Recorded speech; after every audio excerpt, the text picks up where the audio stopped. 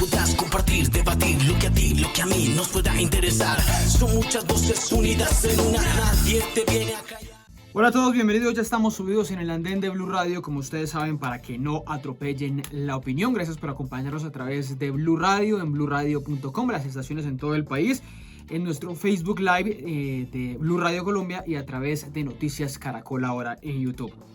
Por estos días mucho se ha hablado de si llegamos al final del paro, qué ha quedado del paro nacional que inició el 28 de abril, para dónde van los acercamientos con quienes continúan manifestándose en el país, y en medio de toda esa discusión pues surge la discusión sobre las primeras líneas, todos esos movimientos, todos esos jóvenes que han salido a manifestarse en diferentes lugares del país con muchas peticiones, con muchos pliegos de peticiones para diferentes sectores, para los gobiernos locales, para los gobiernos departamentales, para el gobierno nacional, pero también con una sola consigna, con muchas consignas similares contra el gobierno nacional y con un comportamiento también muy similar, que es la forma en la que ellos se manifiestan, en la que ellos se expresan, que es la de cubrir su rostro para poder realizar cualquier acercamiento. Ya lo hicieron con la alcaldía de Bogotá, ya lo habían hecho con la alcaldía de Cali, y ha habido una polémica gigante en el país sobre esa discusión, sobre si debe haber una discusión, un diálogo, un acercamiento con las primeras líneas de todo el país,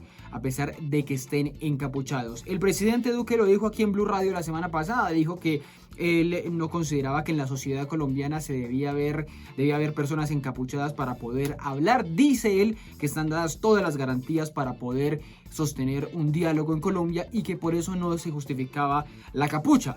Otra cosa diferente dijo la alcaldesa de Bogotá, Claudia López, quien dijo que no había por qué indicarle a los jóvenes cómo debían vestirse. Sin embargo, no fue muy fructífero el diálogo que hubo entre la alcaldía y los jóvenes de la primera línea. Uno de los movimientos de la primera línea, por lo menos aquí en Bogotá, es los escudos azules, y por eso esta noche está subido en el andén Amok, que es uno de los integrantes de estos escudos azules. Amok, bienvenido al andén, el programa de los jóvenes de Blue Radio. Bienvenido esta noche, ¿cómo va todo? Hola Ricardo, muy buenas noches y muy buenas tardes a todos y todas. Mil gracias por la invitación.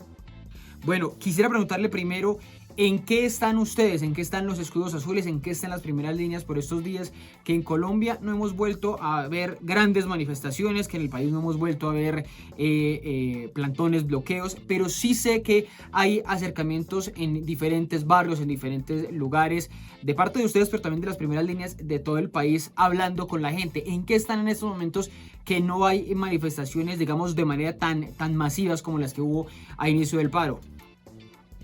Correcto. Tú te refieres a como este momento de construcción social, de popular, de intercambio de ideas, de intercambio de experiencias posterior al estallido social, donde pues lo que más primó fue la violencia, fue lo que más se vio en ese momento, la violencia estatal y la defensa del pueblo. ¿Qué es lo que se está haciendo ahorita en los territorios como Cali, como Bogotá, Medellín, en todas estas asambleas populares, barriales?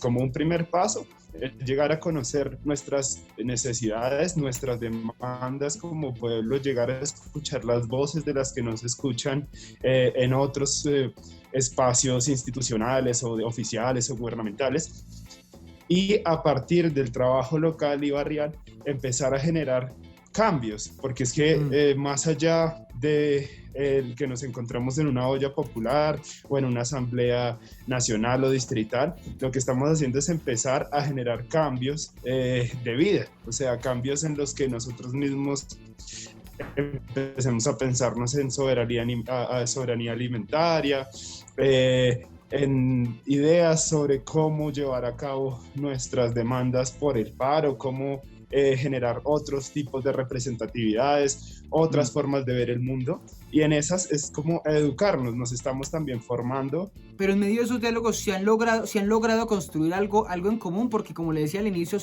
cada día sale un pliego de peticiones diferentes. Las resistencias en Cali, había un pliego de peticiones aquí en las Américas, se conoció otro de Usme, y son cosas que coinciden en algunos puntos, pero también son cosas muy, muy etéreas y muy diferentes. Hay posibilidades de coincidir en algo, en lo que ustedes han venido hablando, para pedirle al gobierno, para pedirle a la alcaldía.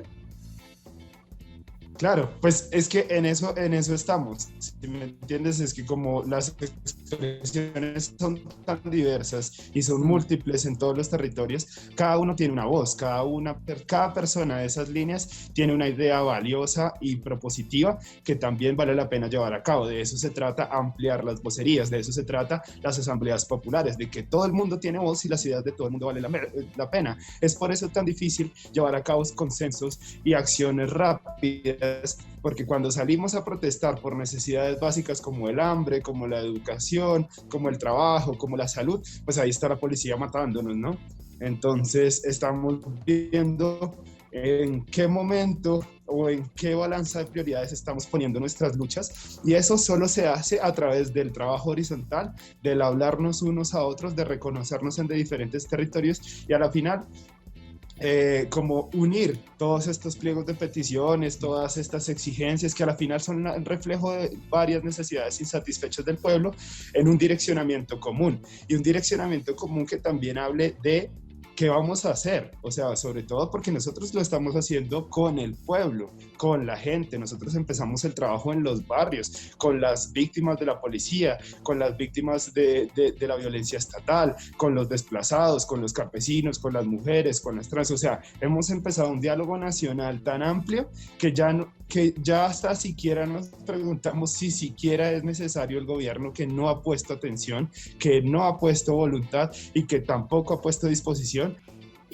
Usted todo eso que habla describe un movimiento político, unas asambleas, unas reuniones, algo que ha sido muy romantizado, muy poético, por llamarlo así de alguna manera, pero también ha habido unos vacíos, unos lunares, unos aspectos que rechazar en cuanto a lo que ha habido en las primeras líneas. ¿No cree que todas esas discusiones que son válidas, las protestas, las ideas, los reclamos que son válidos, se han desdibujado por la violencia que han documentado muchos de las primeras líneas en varias ciudades del país? ¿No cree que en eso terminó las primeras líneas enfrentándose a la policía, más allá de llevar un discurso político? Es que el nacimiento de las primeras líneas tenemos ahí como que entonces irnos a las bases. O sea, la primera línea no nace porque es que se necesita otro partido político más. La primera línea no nace porque es que no hay casi representatividad de corruptos y ladrones en el Congreso, entonces metamos unos corruptos y ladrones que se encapuchen, ¿no? La primera línea nace porque la violencia del Estado está desatada, porque los policías matan a cada rato, porque mataron a Dylan Cruz en vivo y lo vimos. Entonces, si la violencia es dibujar a un ejercicio político y de defensa de la vida, imagínense entonces cómo está la policía desdibujada, que se la pasa violentando al pueblo, que se la pasa matando con gases lacrimógenos, que se la pasa aturdiendo, que se la pasa hiriendo a la gente. Esto, lo que nosotros tratamos de decir y lo que siempre hemos legitimado como primeras líneas, nunca es la violencia sin un sentido.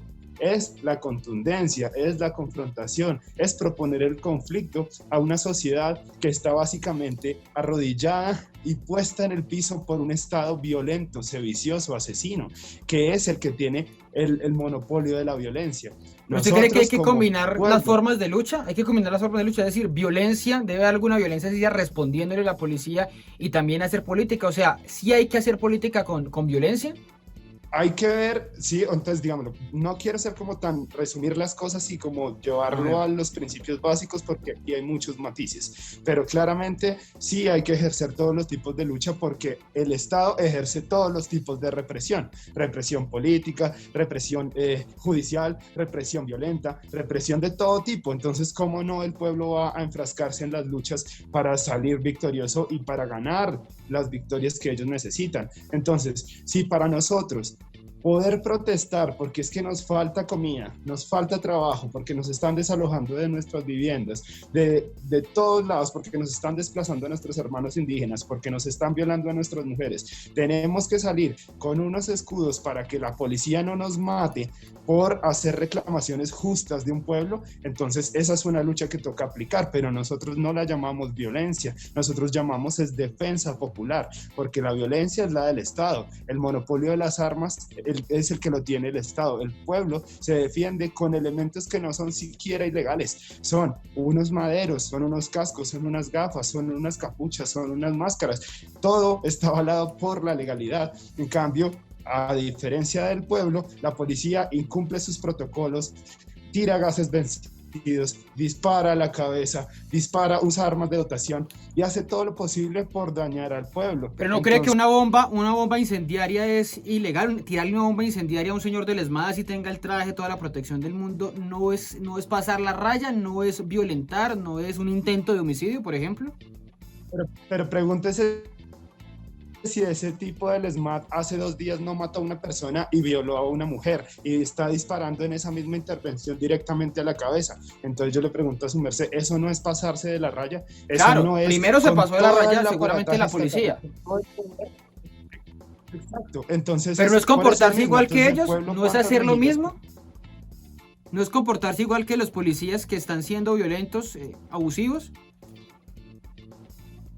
Es buscar las herramientas para que el pueblo pueda protegerse o de una intervención violenta o de una captura ilegal o de una captura arbitraria o de una violación. Las herramientas que el pueblo tiene a la mano son las que puede coger en el piso, sea una botella, sea un vidrio, sea una piedra, sea lo que sea, porque entonces es su vida contra la de un tipo armado hasta los dientes con una armadura de 30 millones de pesos y 100 kilos de peso contra usted que está solo, que no tiene nada que lo proteja, solo al compa del lado que está procurando que la marcha siga, que la marcha y la movilización se respete, porque es la protesta que está peleando por nuestras victorias. Es desconocer que eventualmente casi muchas de las victorias que ha ganado este movimiento social y popular en la historia de la vida y en la historia de este país se han ganado a través de la movilización. Pero si exigimos lo que es justo, si decimos por favor no maten más gente, por favor no secuestren, por favor cumplan el acuerdo de paz y nos devuelven son balas y gases y perdigones directo a la cabeza, ¿qué espera el pueblo? ¿Qué espera el gobierno? ¿Cuántas mejillas más tiene el pueblo para que lo golpeen y lo arrodillen y lo estén humillando? El pueblo se tiene que defender. El pueblo tiene una sola oportunidad, es la defensa de la gente, salvando a su propia gente, porque el Estado no nos garantiza protección. Ustedes, Amok, dicen, se los vi en sus redes sociales, en Twitter, de Escudos Azules, dice, todo lo rompemos, todo lo quemamos, si tocan a uno de nosotros, respondemos todas. Esa visión que es obviamente respondiendo a una eventual agresión policial, a un eventual abuso policial, ¿no sería mejor resolverlo a través de las instituciones? Es decir, ustedes matan a un compa, como usted los llama, a un amigo, a alguien que está en la manifestación, y lo más lógico no sería recurrir a las instituciones que hay en el país, que hay una democracia, que hay una separación de poderes, en fin, que existe esas garantías en la sociedad para denunciar, vea, a este lo mató este fulano de tal, este policía con el número tal, en vez de enfrentarlos ustedes mismos, de tomar justicia por mano propia? Por supuesto, en un país como Suiza o en un país donde realmente se respeten las garantías democráticas y donde haya justicia, claramente esa es la salida.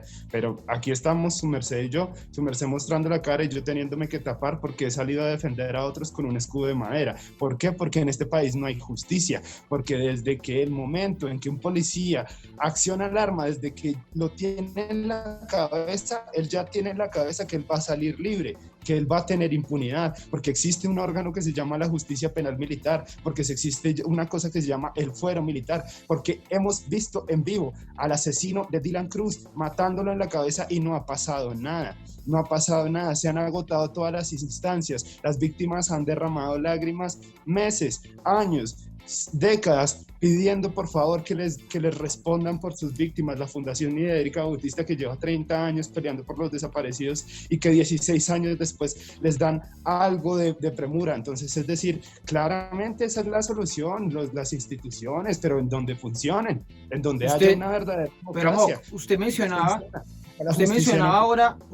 ahora el acuerdo de paz, y creo que estaba mencionando que había que respaldar e implementar el acuerdo de paz. ¿No es un poquito incoherente respaldar el acuerdo de paz y promover violencia, así sea por la razón que sea? Imagínense que eso ni siquiera es una contradicción, de hecho es una promulgación de decir cuán determinados estamos a conseguir las cosas que hemos conseguido democráticamente, que tenemos que hasta sacrificar nuestra esencia y nuestra espiritualidad pacífica para ir a defender defender los derechos de los pueblos para que no maten a otra persona. El catalogar nuestra acción como la misma violencia y equiparar las violencias entre el Estado y el pueblo no es procedente, porque nosotros no somos lo mismo. Entonces, claramente defendemos un proceso de paz que iba a llevar no solo el término de paz de no violencia, iba a llevar los 3 y 4 ejes que nosotros mismos planteamos en nuestras exigencias como primera línea: verdad, justicia, reparación y no repetición. No lo cumplen, nos ignoran, nos estigmatizan y nos olvidan, entonces salimos a las calles, pero salimos a las calles primero ¿cómo? Con arengas, con fuerza, con cantos, con baile, con danza, con un montón de cultura. ¿Y cuál es la respuesta del Estado? Cuando debería ser lo democrático, responder a las necesidades del pueblo, no, bala, gas, represión, denles duro porque ellos no saben por qué se están... Pero también a todas las expresiones artísticas las acompañan rompimiento de comercios, de los CAI, quemadas CAI. ¿No cree que la intervención de la policía es justamente por eso? Por eso que llaman el vandalismo, los vándalos, terrorismo urbano, como quieran denominarlo, pero ¿no cree que la policía actúa es por eso justamente, no previo a una manifestación pacífica? Entonces yo le pregunto a su merced, si nosotros estamos en esta concepción de que estamos peleando por lo justo, de que estamos en algo cultural, la persona que está ahí para destruir, para vandalizar, seguramente no está conectada con nuestro corazón y con nuestras reivindicaciones. Pero no hace parte del movimiento de ustedes los que vandalizan. Es que pueden ser policías, yo te lo digo desde ya, es que no podemos desconocer, es que es 2021 y estamos reconociendo la ¿Pero no son de las primeras líneas? Estamos... Claro, los es que que yo vandalizan, estoy diciendo que pueden ser policías. Pero también pueden ser de las primeras líneas. Yo estoy diciendo que pueden ser policías. Son policías, pero seguramente son policías, porque ellos no tienen la misma formación cultural, espiritual y amorosa que nosotros promulgamos, de no romper, de la contraofensiva. Nosotros sabemos que ellos van a ser los violentos, nosotros sabemos que en algún momento ellos van a tirarle a duro a la ciudadanía y al pueblo. Es en ese momento que nosotros vamos a defender. Nosotros en ningún momento promulgamos el romper por romper, el llegar a una toma cultural y que se rompan 10 transmilenios sin ningún sentido político detrás. La persona que lo hace y no tiene ningún sentido político detrás seguramente es un policía infiltrado, seguramente es una persona que fue allá a provocar un caos y a justificar la actuación violenta del ESMAD. Claramente es que pueden, así, pues yo puedo estar en una marcha, la policía manda a una persona exactamente igual como yo vestida, rompe todo y claro, tienen la justificación de irnos a matar a nosotros. Romper Transmilenio, décadas. Romper Transmilenio en algún momento tiene un sentido político. En Chile rompieron el metro de Chile, bueno, el de Santiago, y se colaron en el metro porque subieron el pasaje de Transmilenio, del metro allá. ¿Romper Transmilenio acá tiene algún sentido político? ¿Hay algún sentido ideológico, político, una razón válida para romper Transmilenio, por ejemplo? A eso vamos cuando tú mencionabas lo de nuestro Twitter de todo lo romperemos. Ajá. Y todo lo quemaremos, si tocan a una, respondemos todas. Claramente es un sentido político porque de nuevo en este país no hay justicia. ¿Y qué hago yo cuando desde hace una década me llevan matando a mis compañeros? Me llevan matando a Diego Felipe Becerra, que era un amigo mío, y luego dijeron que era un delincuente, que era un ladrón y que se merecía morir. ¿Qué hago yo cuando pido justicia? ¿Qué hago yo cuando pido justicia y no me escuchan? ¿Qué hago cuando pido justicia? No me escuchan y después cuando estoy pidiendo justicia me pegan a mí y me golpean. De nuevo te pregunto, ¿cuántas mejillas tenemos nosotros para dejarnos golpear y humillar? Cuando ponemos esa ira y esa digna rabia del pueblo que está mamado de que no lo escuchen, de que está fastidiado, que está dolido en el alma porque aquí no hay justicia y aquí nadie importa, ni las vidas ni nada, pues entonces empieza la reflexión. Cómo si lloran cuando rompen un vidrio, ¿no? Cómo si lloran con los buses, cómo les duelen las taquillas, cómo les duelen los bancos, cómo les duelen los pobrecitos vidrios. Pero es que hace un año mataron a Dylan y no les dolió. Y mataron a Lucas y no les dolió. Y violaron a 3 mujeres y no les dolió. Y quemaron a 9 compañeros en Soacha en una escena dantesca de terror y no les dolió. Pero toquen un vidrio, toquen un banco, ahí sí que dolor, ¿no? Entonces eso ya empieza a ser hasta un ejercicio poético en el que nos ponemos a decir, ven cómo están los valores de esta tierra, ven cómo están de retorcidos estos valores, que nadie llora cuando se va un niño de 18 años que tenía toda la vida por delante, pero rompen un vidrio que se puede volver a pagar con los impuestos que todos pagamos, porque aquí no ninguno somos ladrones. Pero entonces les ponemos eso en la reflexión y empieza ahí como a cambiar, ¿no? Ahí empiezan a pensar, claro, es que esto no es romper por romper, es que rompo porque ya no encuentro cómo más llorar. Usted lo estaba mencionando, ¿usted fue amigo de Diego Felipe Becerra? ¿Lo conocía? Sí, señor. ¿Y de dónde lo conocía? Nosotros como compañeros de vida y de calle y de arte, nosotros ejercemos lo mismo y es ser artistas urbanos. Usted también hace grafitis, grafitero. Sí, señor. Le quiero preguntar, no, yo el graffiti no, con el graffiti no tengo absolutamente ningún problema, porque creo que es una expresión artística perfectamente aceptable, pero le quiero preguntar sobre usted, ya que me menciona que es grafitero. Usted me lo mencionaba ahorita, usted ha padecido hambre, desempleo, falta de educación. Usted en particular lo siente propio y por sentirlo propio sale a manifestarse, o usted lo hace, que también es válido y lo han hecho muchos, de manera empática porque otros están viviendo una difícil situación. ¿Su situación particular es de precariedad en alguno de estos aspectos? En precariedad estamos todos en este país porque a nosotros nos falta todo. Puede que no sea en algunos momentos las necesidades básicas, pero nos falta justicia, nos falta dignidad, nos falta respeto, nos falta amor por uno mismo. Entonces uno lucha porque estas cosas crezcan en la población. Pero si de necesidades básicas se trata, y es una gran pregunta, yo no he sufrido el hambre, yo no he estado en la calle, yo siempre tengo un techo, una familia que me cuide y un trabajo que me permite salir adelante. Claro que lo hago de manera empática porque nosotros lo resumimos en una frase muy cierta, y es: no podemos sonreír decentemente con el hambre y el dolor de tanta gente en mente. No se puede, simplemente no se puede ser empático, simplemente no. Usted lleva una doble vida, es decir, usted en su trabajo, no saben lo que usted hace en la primera línea, en Escudos Azules. Difícil, hay algunos que sí, otros que no, pero la idea es que no lo sepan, pues porque claramente es un ejercicio también que puede ser estigmatizador. De hecho, a muchos compañeros que medio los reconocen en los trabajos ya no los contratan, ya no los llaman, ya los evaden. Entonces también es un ejercicio de prudencia, de seguridad.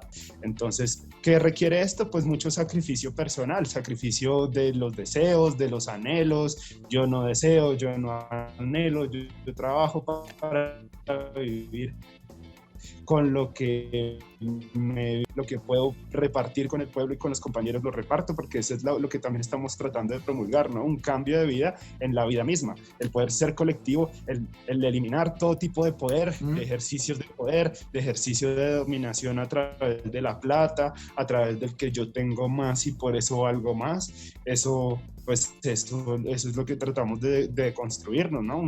Una sociedad misma total. A Vox, quien lo ha estado viendo pues sabe lo que voy a decir, pero quien lo escucha no. Detrás suyo tiene un letrero que dice: nunca seré tombo. Quizá una consigna de lo que ustedes promueven justamente por el comportamiento de la policía.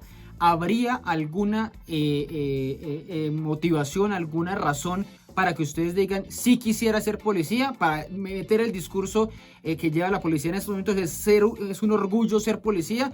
¿Habría alguna razón para ustedes cambiar el discurso y decir eso otro?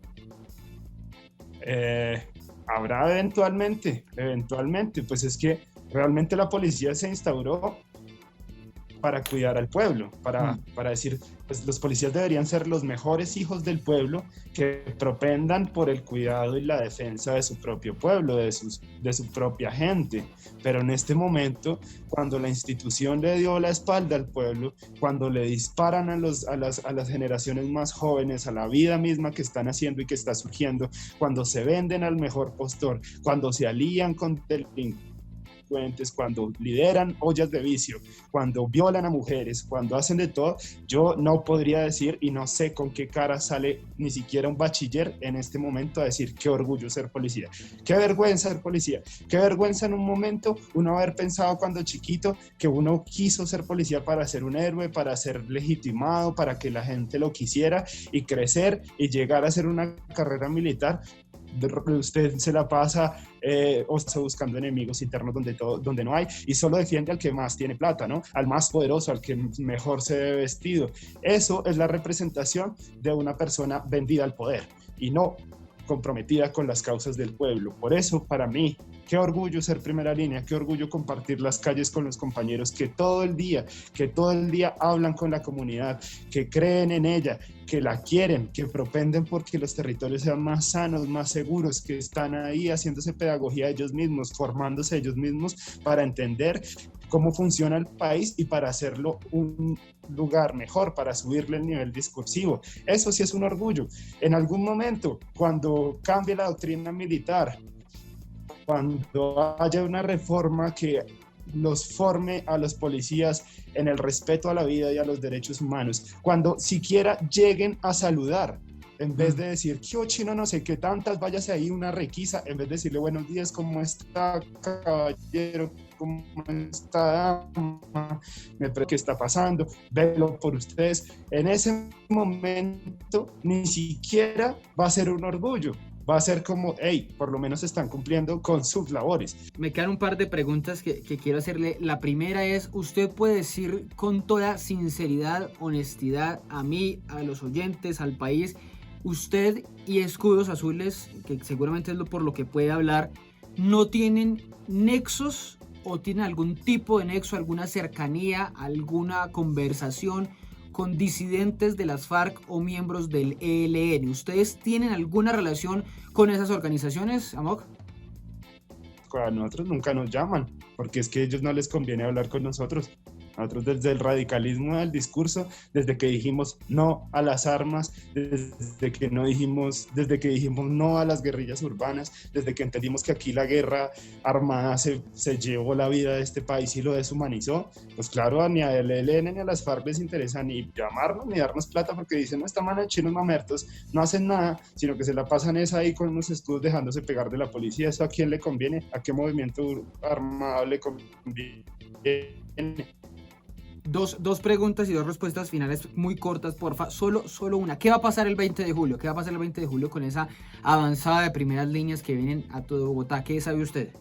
Bueno, por un lado, yo creo que una movilización gigante que le va a mostrar a la gente que el paro no está muerto y que el paro lo mantienen los jóvenes y que el paro ya no es un paro, sino una exigencia de cambio de vida y de país. Y dos, pues que el gobierno va a tener todo el miedo y va a salir con las garras a morder, con garras y dientes a morder lo que creen que queda del enemigo interno. Ya hace poco salieron a decir que las marchas ya las infiltraron, o sea, ya nos avisaron el tipo de represión que va a haber ese día. Pero entonces, pues, y tres, pues no va a haber miedo.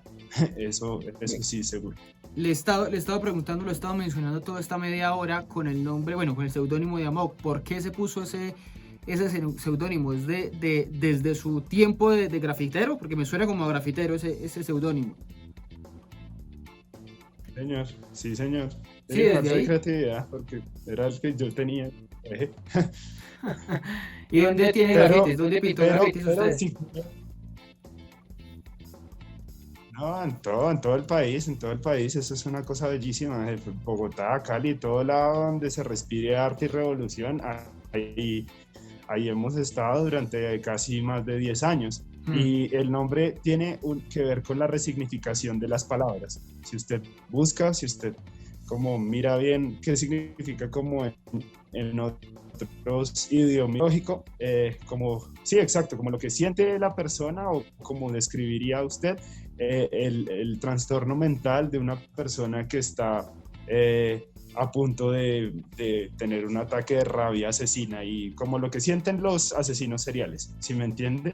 Pero la resignificación es esa. Yo me lo pongo porque yo jamás mataría a una persona, porque yo no tengo en mi vida arraigada la violencia y porque yo no tengo nada que ver con la destrucción sin sentido. Solo digo, es eso, soy yo, pero yo lo resignifico a mi manera. Y a mi manera es, yo destruyo a partir del cambio, yo destruyo a partir de la concepción de ideas. Y eso no se entiende muy bien, porque como nos enseñaron a ser propositivos y a tener las calles limpias y a que todo tiene que estar en orden para que por detrás pasen las barrabasadas y las monstruosidades que pasan en este mundo de aberrar el diablo, amok, para que piensen que somos bien malos, pero a la final somos personas pacíficas, que somos personas que aman al pueblo, que comen dulces, que se la pasan esparchando, haciendo cosas bacanas, por allá leyendo, instruyéndonos, y simplemente pues esa fue la vida que nos tocó, venir acá a un mundo de violencia a sembrar paz y esperanza. Y pregunta final, porque de eso me quedo hablando aquí unos minutos con los compañeros opinadores del andén. ¿Hay riesgo de que la primera línea sean ustedes, no los voy a catalogar a ustedes, pero alguna de las primeras líneas se convierta en un grupo armado? Lo decía un profesor de la Universidad Pedagógica, no sé si usted lo conoce, que dice que ha asesorado a las primeras líneas, que se llama Sergio Roballo, decía en estos días en Twitter que existe esa amenaza de muchos o de algunos que dice, mire, si esto no se soluciona, nosotros nos vamos para el monte, nos convertimos en un grupo armado. ¿Esa amenaza de que la primera línea se convierta en un grupo armado existe?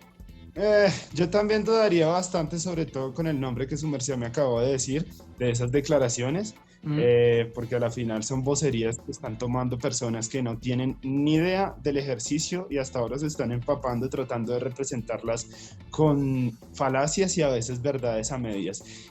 Yo no puedo negar que la radicalización del corazón y de los sentimientos sí se siente. O sea, nosotros, por lo menos yo, llevo casi 70 días en los que he salido casi todos los días y todos los días he visto ojos mutilados, he visto personas llorando, he visto personas gaseadas, he visto personas vomitando, he visto brigadas médicas siendo atacados, he visto compañeras de derechos humanos siendo golpeados en la cabeza.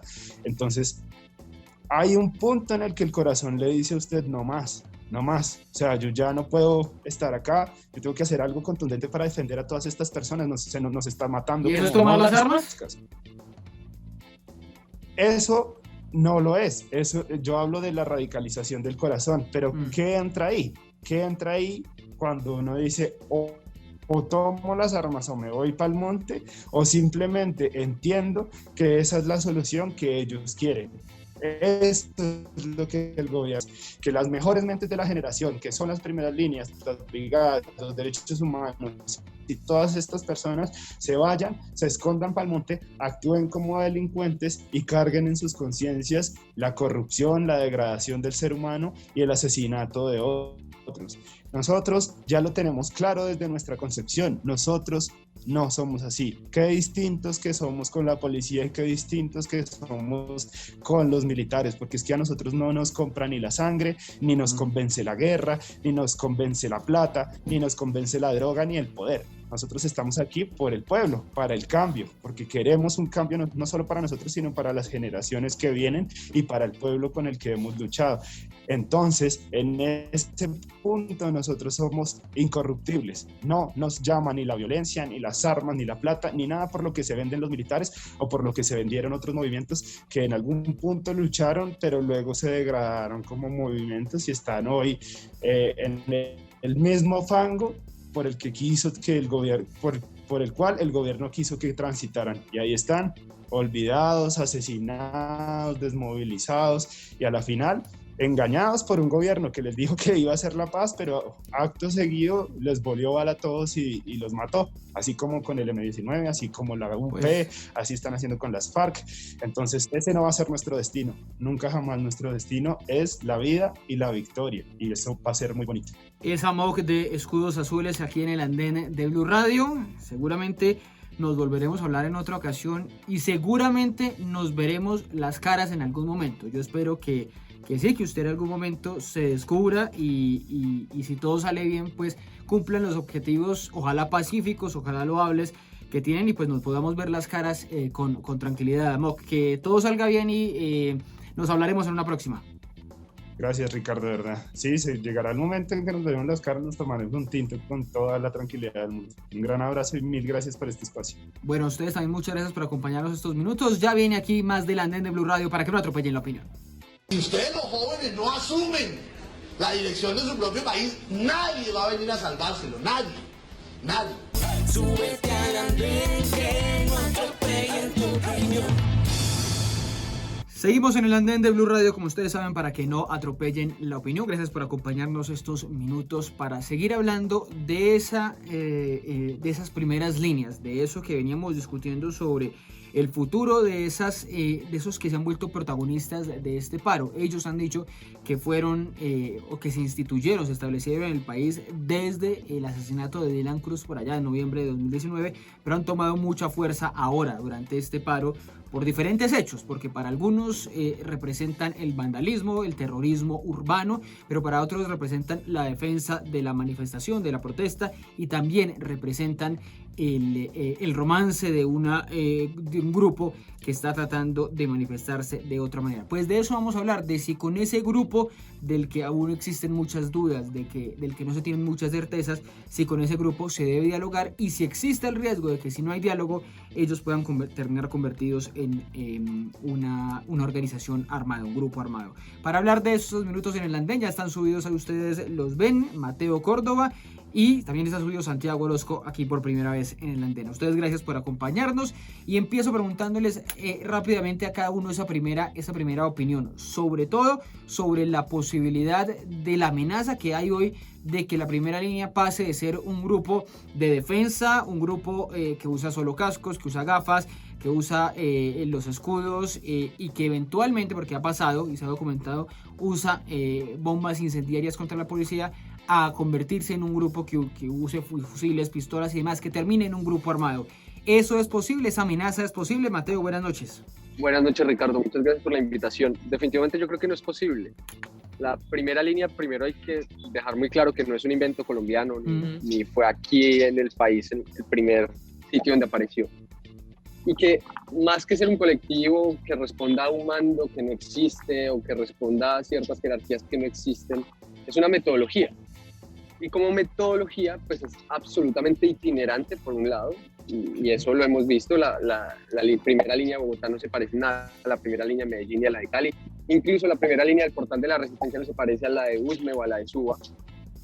Y como es una metodología en la que ellos mismos responden que lo fundamental es evitar la agresión del ESMAD a los manifestantes y evitar que se disperse la manifestación, y eso fue uno de los principales argumentos de la primera línea cuando nació en Chile, y que ha sido particularmente característica de las manifestaciones de Chile, de Hong Kong, que por cierto apoyó tanto Estados Unidos, y Colombia.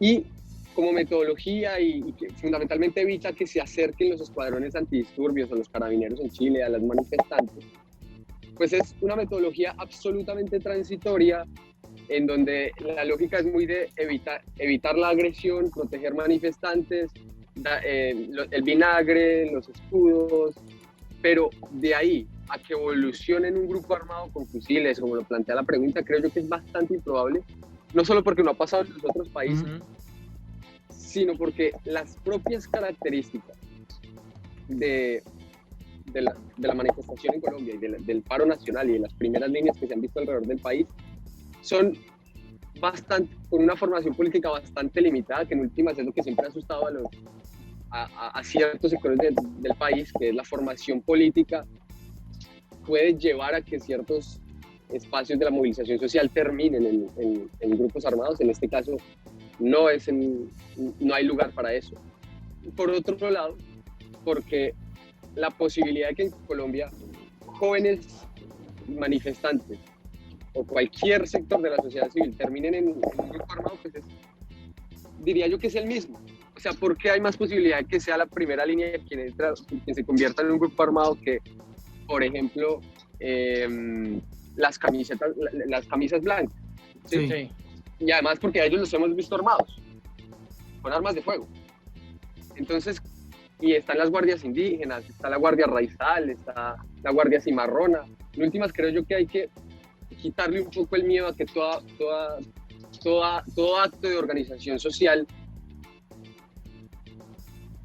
pueda terminar potencialmente en un grupo armado. Creo que es el caso y no creo que vaya a pasar. Pero no ha habido unos indicios, acordemos en que puede que no terminen en grupos armados como los que conocemos o en bandas criminales, pero los indicios de que han sido violentos, de que han recurrido a hechos violentos, de que han atacado a la policía, de que han recurrido a vandalismo y, si se quiere, como lo llaman algunos, a terrorismo urbano, no da a pensar que esa es la semilla para eso y que si no se solucionan sus demandas, pues terminan en esto, en una semilla para ese fruto de una banda criminal. La semilla es fundamentalmente para lo que muchos han llamado la radicalización de lo que podríamos llamar el momento violento de las manifestaciones. Eso sin duda puede pasar. Responde no solo a lo que hace la primera línea, sino a cómo responde el Escuadrón Móvil Antidisturbios, a la incapacidad de diálogo que han demostrado algunos gobiernos locales en las ciudades en las que ha habido manifestación. Pero creo fundamentalmente que eso que algunos llaman vandalismo, o esa defensa con escudos, o esa confrontación con la policía, evidentemente tiene sus matices y es problemático en términos políticos analizarlo. Pero no hay que perder de vista que la primera línea en Colombia nació fundamentalmente, como decía usted en la introducción, por la muestra de que un manifestante puede ser asesinado, como fue el caso de Hidalgo, al no llevar una protección. Es decir, en Colombia, si no se sale con la debida protección, la probabilidad de terminar con un disparo en la cabeza era muy alta. Y en el caso de Dylan Cruz, terminó confirmándolo. Entonces, todas las aristas de la respuesta ante la represión policial, el uso de, como usted decía, bombas incendiarias, el equipamiento de escudos, cascos, en últimas creo que hay que analizarlo en sus justas proporciones. Y evidentemente es una situación problemática. En un país, los manifestantes no deberían llegar a ese punto. En un país democrático, pero también en un país democrático la policía no debería actuar como ha actuado. Las recomendaciones de la CIDH pues, son claras también en ese sentido. Y hay que bajarle los humos a la confrontación, sí, pero eso es de lado y lado. Y la primera línea obviamente no es un referente que esté ajeno a las críticas. Hay que aprender a ser críticos con ese método de manifestación también, pero creo yo que siendo sensatos con las comparaciones, con las referencias que usamos, porque de la primera línea, que evidentemente hay un uso violento de la fuerza y hay una respuesta ante la represión policial, de eso a un grupo armado hay un abismo, y además en Colombia, con una experiencia de 60 años de conflicto armado, sabemos muy bien cuál es ese abismo y esa distancia.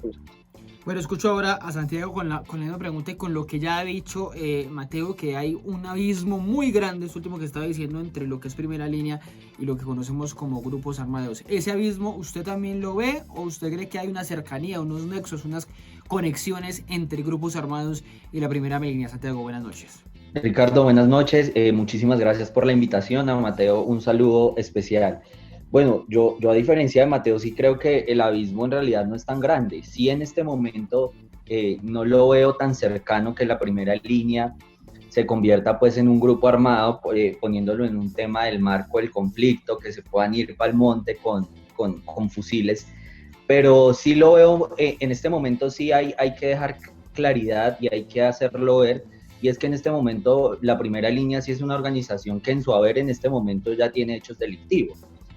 Entonces, creo que el estar incentivando y que constantemente más personas y sobre todo cierta parte de la sociedad y sobre todo ciertos representantes que se encuentran en el Congreso o políticos que están como incentivando este experimento, como lo llama Mateo, o esta pedagogía que se ha tornado más bien violenta, pues creo que sí puede terminar muy mal y pueden terminar en casos como los que ya vimos en la ciudad de Bogotá, en la ciudad de Cali y muchísimos actos que ya de verdad salen más allá de lo que se suponía que era la primera línea, que era defender al manifestante que se estaba comportando de manera pacífica en el marco del paro. Ya en este momento creo que es cuestionable todo lo que están haciendo, es cuestionable que ya se estén equipando, es cuestionable que ya perduren tanto tiempo, sobre todo son ellos los que a raíz como de una serie de investigación que hemos hecho con varios jóvenes que no estamos tan de acuerdo con ciertos puntos del paro, nos hemos dado cuenta de que son incluso ellos mismos los que están alimentando en que siga el tema del paro. Porque así como les pasó con el tema de que no sabían ni siquiera quiénes eran las cabezas del paro, hoy tampoco hoy día sabemos quién maneja la primera línea, si de verdad es algo tan espontáneo como lo quieren hacer ver, y si le doy la razón a Mateo en algo en que sí son muy diferentes en la primera línea de Bogotá, como la de Medellín o como la del Valle, pero todas tienen una peculiaridad, y es que todas están regidos por un anarquismo y que ya no sabemos en qué va a terminar y en qué puede parar. Entonces creo que el abismo no está grande, sí veo lejana la posibilidad, pero un abismo no lo veo tan así. Esa idea, Santiago, de que estén ellos cometiendo delitos es tan flagrante, porque a veces nos perdemos en esas capuchas, a veces nos perdemos en la identidad de quién es quién, de si el que comete un delito de vandalismo, el que comete un delito de no sé, de no dejar pasar una ambulancia, de ponerle una cuerda a un señor en las Américas, en el portal llamado Portal de Resistencia, constituye un delito del que sea responsabilizar a la primera línea. Eso está claro que son ellos los llamados jóvenes de primera línea, o hay filtración, como muchos han dicho, de parte de, no sé, miembros de la fuerza pública u otros que quieren dañar a esos mismos grupos de primera línea. Es que creo que esa, Ricardo, es una de las responsabilidades que deberían tener este tipo de personas que se agrupan en sí de una idea. Creo que ese es el primer llamado que les debemos hacer, porque si de verdad ellos están viendo serias infiltraciones, pues son ellos mismos los llamados a ver cómo van a empezar a organizarse para identificarse, cómo van a hacer ellos para responderle a la sociedad y de verdad defender la tesis de que ellos están ahí es para defender al protestante de a pie que está siendo brutalmente agredido por la fuerza pública, porque esa es como la tesis que están manejando. Entonces, eso es la invitación que yo también les haría, porque en este momento también nos queda a nosotros como ciudadanos, e incluso también le queda supremamente difícil a las autoridades identificar quiénes o quiénes no están en una primera línea, cuando el equipamiento que se les está brindando, tanto por ellos mismos como por personas externas, también yo lo puedo ir a comprar aquí en el home center. Claro. Entonces es muy complicado tener claro, y son ellos los llamados a que, bueno, busquen un mecanismo para poder saber quiénes son ustedes, que ustedes verdaderamente están en una legítima protección de sus derechos y los de los derechos de los compañeros a los que quieren proteger, pero no podemos seguir más en este anarquismo en donde no se sabe ni siquiera a ciencia cierta quiénes son ellos, quiénes son los que van a responder, y se van a seguir extendiendo los periodos en los que ellos van a estar en las calles, y ahí es donde yo le digo a Mateo que no se vería muy lejana una posibilidad en que ya esto de verdad se nos vuelva un problema de si no un grupo armado en el monte, pero sí un problema de un grupo incluso delincuencial a gran escala en las ciudades. Eso Mateo, es fácil de que ocurra, o ya está ocurriendo, porque también muchos los dicen, es que ya tenemos un vandalismo muy exacerbado en las ciudades por cuenta de las primeras líneas. ¿Se puede responsabilizar a eso que estamos llamando primeras líneas de todo ese vandalismo, de todo ese caos, de toda esa violencia? Claro, Ricardo, como yo le decía ahora, como la primera línea no es una organización, sino es una metodología, pues está absolutamente expuesta a todo tipo de acciones que puedan resultar no solo contradictorias, sino radicalmente opuestas a lo que es el planteamiento esencial de las primeras líneas, que es evitar la dispersión de los manifestantes y protegerlos. ¿Quiénes son las primeras líneas? Es una pregunta que creo que hay que saber responder para empezar a entrar en las dimensiones más sensatas en este tipo de preguntas de si puede o no terminar en un grupo delincuencial, o estas ideas de que están llenas de anarquismo, en fin. Colombia vio hace unos meses, hace un mes quizá, el fenómeno en que la primera línea como metodología y como referente fue asumido por mamás, por curas e incluso por profesores. Sí, me acuerdo de las imágenes.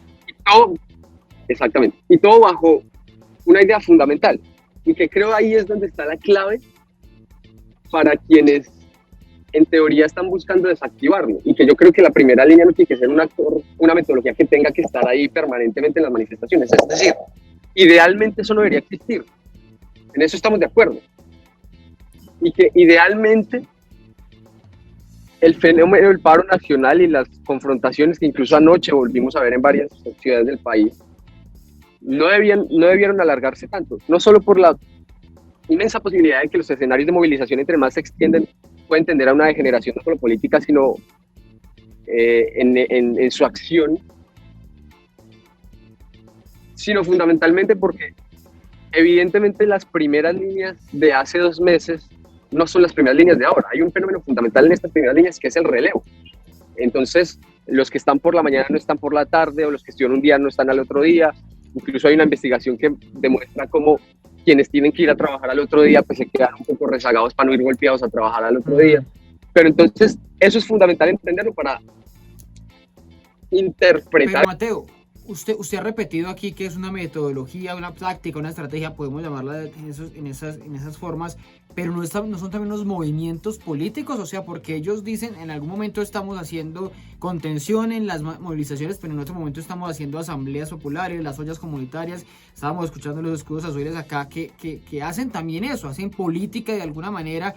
Y quizás lo que decía Santiago, con un poco una idea de no creer en las instituciones, un poco un discurso anarquista contra el establecimiento en general. ¿No hay también ahí un movimiento político detrás, más allá de una simple estrategia, si se quiere, de contención, como le digo?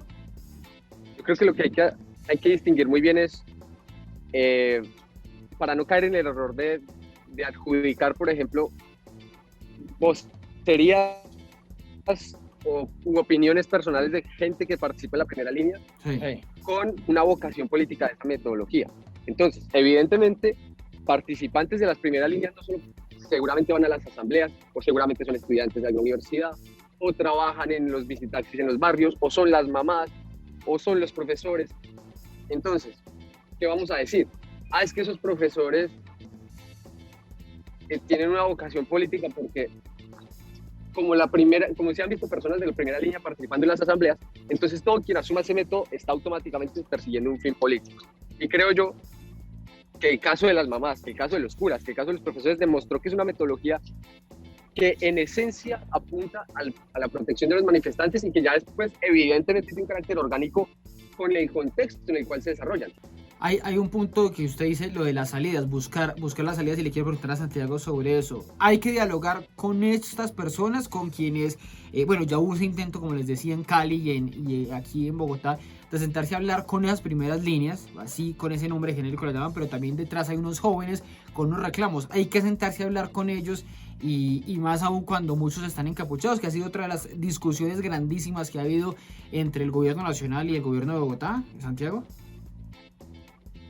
Bueno, Ricardo, yo soy partidario y sobre todo soy defensor de que a los jóvenes y sobre todo a las personas que salen constantemente a las calles a defender sus derechos, hay que respetárselos y sobre todo hay que escucharlos. O sea, también se ha puesto en un contexto que aquellos que no estamos de acuerdo tanto con el paro, estamos deslegitimando la protesta y sobre todo vivimos estigmatizando a las personas que recurren a ella. Y eso también es completamente falso. Yo creo que a todas esas personas hay que escucharlas. Esto es un hastío que se generó en la sociedad colombiana y se representó muy bien en la movilización que hubo en las calles. Uh-huh.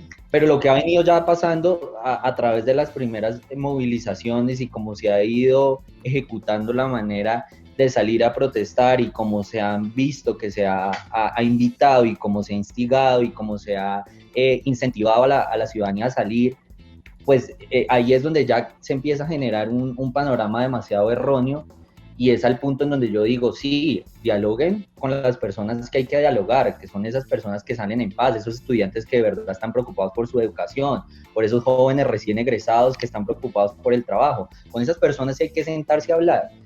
Pero con una primera línea que no ha mostrado no ha mostrado ninguna voluntad de diálogo, sino que por el contrario asisten a las mesas solamente a sabotear, y lo vimos en la ciudad de Cali, donde básicamente al ministro del Interior, a la directora del ICBF, les tocó salir corriendo de una mesa porque a ellos no les pareció lo que les estaban diciendo. Entonces eso a mí me parece preocupante, pero creo que en este caso no existe legitimidad para sentarse a hablar con una primera línea que hasta el momento, como ya lo había dicho en el principio, tienen su haber más puntos delictivos que hay que afrontar con todo el peso de la ley antes que iniciar un diálogo por algo que no sabemos aún qué es lo que están pretendiendo. Escucho a Mateo para ir finalizando. ¿Ese diálogo es posible? Porque lo estaba diciendo Santiago, se han parado, no han querido negociar, dicen que solamente con la alcaldesa o con el presidente en algunos casos. ¿Se puede hablar con alguien encapuchado primero y sobre todo con alguien que no está claro qué quiere? Vea, Ricardo, yo creo que si el Estado y las instituciones quieren hablar con la primera línea, tienen que hacer un esfuerzo mínimo, que es difícil, eso nadie lo niega.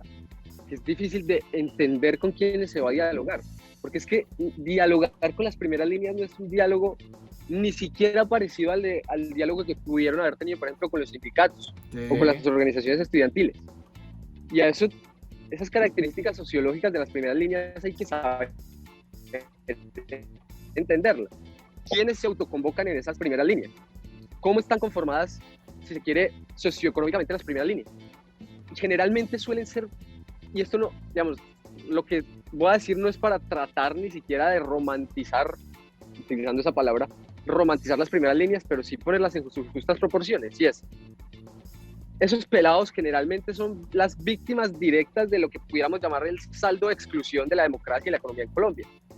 Y eso no justifica lo que hacen, pero lo explica un poquito. Y la negociación que pretendan las instituciones crear con ellos, teniendo en cuenta que las primeras líneas se convirtieron en un lugar de encuentro entre parecidos, entre víctimas de cosas parecidas, de los pelados hijos de esos vendedores ambulantes que llegan a la casa sin mercancía porque la policía se las quitó, que son violencias que terminan incubando este tipo de reacciones, que son reacciones para nada deseables en una democracia, en eso estamos de acuerdo.